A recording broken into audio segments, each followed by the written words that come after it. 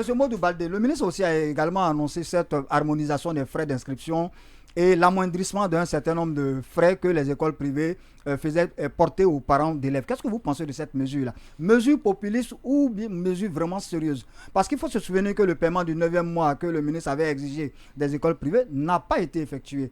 Est-ce que vous trouvez que cette mesure, elle est de l'ordre du matu vu? Il faut dire les choses telles que. Du matu vu, à peu près du matu vu, puisque quand il y a des annonces qui sont faites, elles ne sont pas tenues, elles ne sont pas réalisées.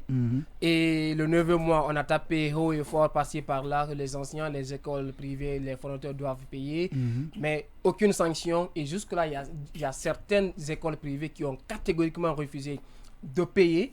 Et le ministre a tapé du poing sur la table. Mais rien. On n'a rien vu après. Oui, c'est comme si on ne le prenait pas trop au sérieux, on dirait. C'est comme si on s'en foutait. Non, mais il faut dire les choses par... Vous n'avez pas un moyen de pression. Ça, vous n'avez pas un moyen de pression, un moyen de coercition. Vous ne pouvez pas obliger à des adultes comme les fondateurs de ces établissements-là de faire quelque chose qu'ils ne veulent pas. C'est pratiquement impossible. C'est si, par exemple, le MEPUA donnait la subvention des écoles privées, là ils avaient un moyen de coercition. Si les fondateurs ne payent pas, mais on coupe dans votre subvention et puis on paye les enseignants. Mais avec cette allure-là, c'est pratiquement impossible de les obliger à faire ce qu'ils ne veulent pas.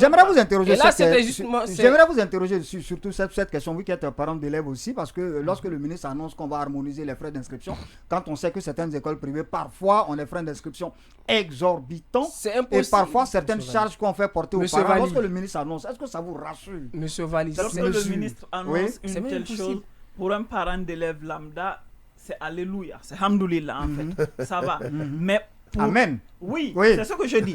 Mais pour moi, par exemple, qui suis un peu dans tout ce qui est éducation, je sais que cette mesure va avoir du mal à être appliquée. À partir du moment où les écoles privées, si on veut, ne prennent pas trop au sérieux, monsieur le ministre, ça va être très difficile pour lui de les faire quelque chose qu'ils ne veulent pas faire. Est-ce que vous trouvez qu'il y a des dérives quand même dans la fixation de ces frais d'inscription dans les écoles privées? Non, mais ça, c'est clair et net, monsieur Valli. On en a parlé depuis combien de temps on est en train d'en parler? Les frais d'inscription sont vraiment exorbitants dans les écoles privées. Ça, on ne se le cache pas. Et chaque année, ça évolue. Oui, chaque année, ça évolue. Et ce n'est pas la seule chose qui évolue. Il y a les frais de scolarité aussi qui évoluent. Et puis, il y a les prix des révisions qui évoluent. Il y a les frais des manuels scolaires qui évoluent. Tout ça évolue dans les écoles privées et des fois à des coûts élevés, pour ne pas dire vertigineux.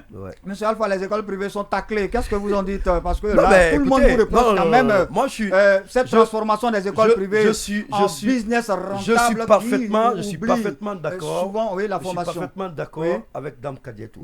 Vous savez, nous sommes responsables d'écoles privées, mais quelque part aussi, nous sommes des parents d'élèves. Évidemment. Voilà, donc nous sommes très soucieux réellement de cette situation.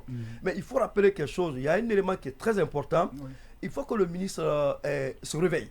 Il faut qu'il se réveille. Il faut que le département donc se il réveille. dort encore.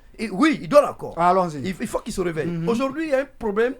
Quand vous voyez, j'ai eu le temps dans cette semaine de regarder les fiches de renseignement de beaucoup d'établissements. Effectivement, les fiches de renseignement ont commencé à sortir. Vous avez mal à la tête. Oui. Vous avez mal à la tête. On ne peut pas me dire... Mais est-ce que cette mesure-là déjà est en train d'être appliquée? Par Non, exemple, mais ça peut être appliqué dans la mesure où les fondateurs sont déjà en avance sur le département.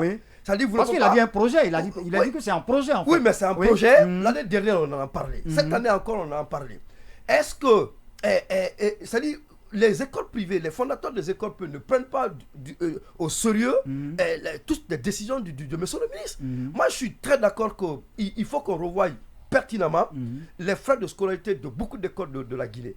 Parce que quand vous exigez aux parents d'élèves d'acheter les manuels au sein de vos établissements, alors que ces manuels-là ne sont pas au même prix par rapport au marché. Au marché normal. Il y a une différence. Ça, c'est un premier élément. Le deuxième élément qui est là, c'est par rapport aux frais de décollage.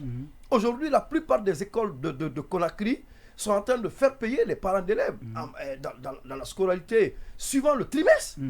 Suivant le trimestre. Bon, vous imaginez qu'un parent d'élève, par exemple, qui est un fonctionnaire lambda, qui est payé à la fonction publique à 3 millions de francs Quand on sait que le salaire, parfois, le 20 du mois déjà voilà. est fini. Est-ce que vous imaginez ce que ça peut faire?